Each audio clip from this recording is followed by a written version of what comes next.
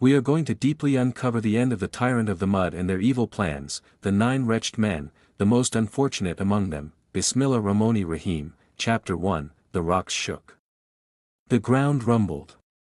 A terrible, deafening scream burst through the valley like fire tearing through dry leaves. Men covered their ears and fell to their knees, crying out in fear. Mothers clutched their children. Animals ran wild, confused and terrified. And the 9 men, those proud, cruel men, stared at the sky in horror. It was not a scream of any man or beast. It was the scream of punishment. A punishment from Allah. In that moment, each of the 9 remembered. They remembered their plan. They remembered the lies. They remembered the blood. They remembered the camel, and now, it was too late. One of them, Jabir, tried to run. But his legs gave out. Another, Dhuaib, looked up and shouted, Solih. It was Solih's fault. But no one could hear him over the roar of the sky. The mountains themselves seemed to cry out. The earth cracked beneath their feet.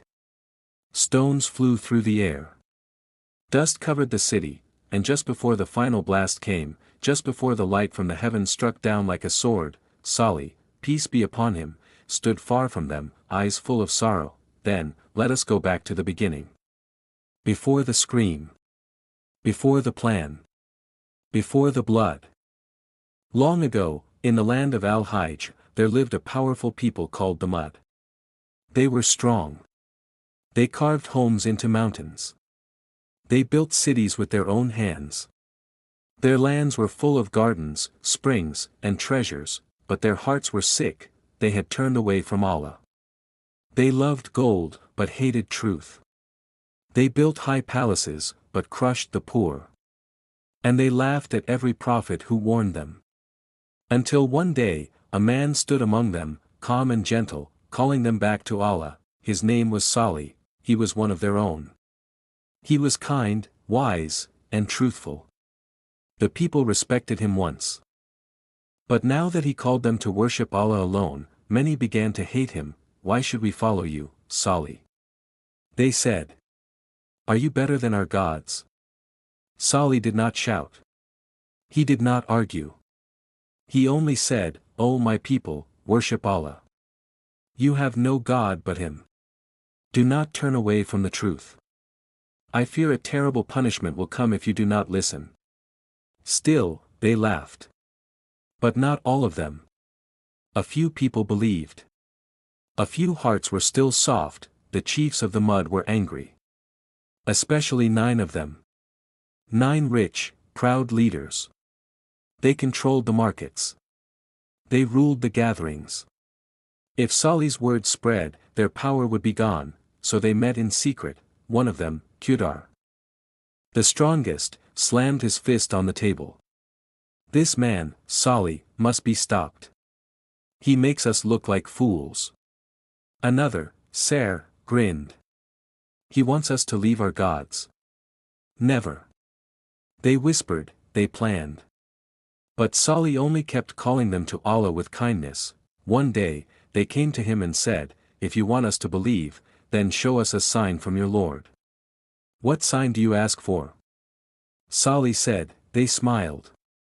It was a cruel smile. Make a camel, said HIJRI, a huge she-camel, come out of that mountain rock over there. Right now. If she comes out, we will believe. The people gathered. Solih stood in front of the mountain rock. He raised his hands and prayed.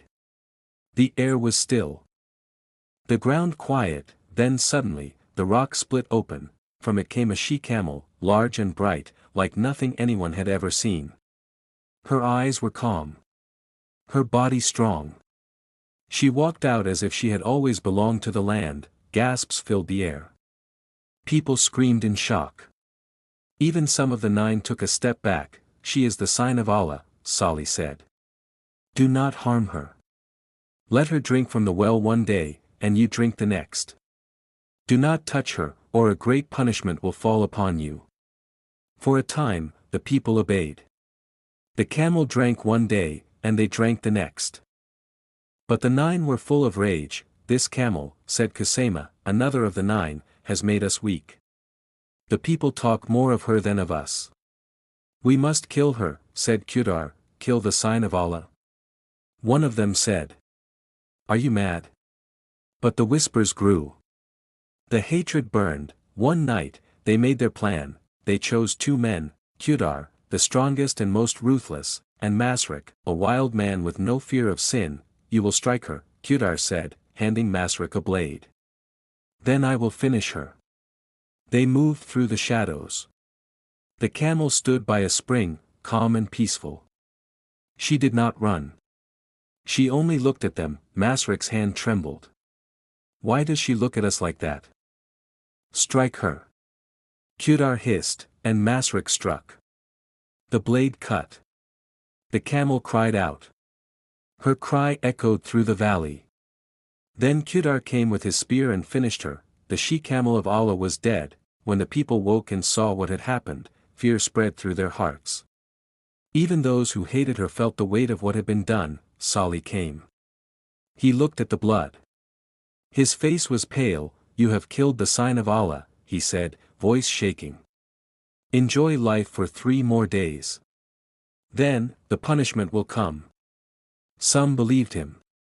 They ran to him and begged for forgiveness, but the 9. They only laughed. 3 days. Ser said, "We'll kill him before that." And again. They plotted. They planned to sneak into Solih's home at night and kill him. They would make it look like strangers had done it, but Allah was watching. He sent news to Solih. That night, Solih and the believers left the city. They went to the hills, far from the town of the evil ones. The 9 gathered in the darkness. They wore black. They held knives. They crept toward Solih's house like snakes, but they did not know. The next morning, the sky turned dark. A strange wind blew through the valley. The faces of the 9 turned pale. Then came the scream. The earth cried. The mountains shook, and the 9 knew, they were the wretched ones. The cursed ones. The scream was getting louder. Louder, but this is not the end. Something else was about to happen. Something worse. For continuation, Chapter 2, kindly type SAW in the comment section.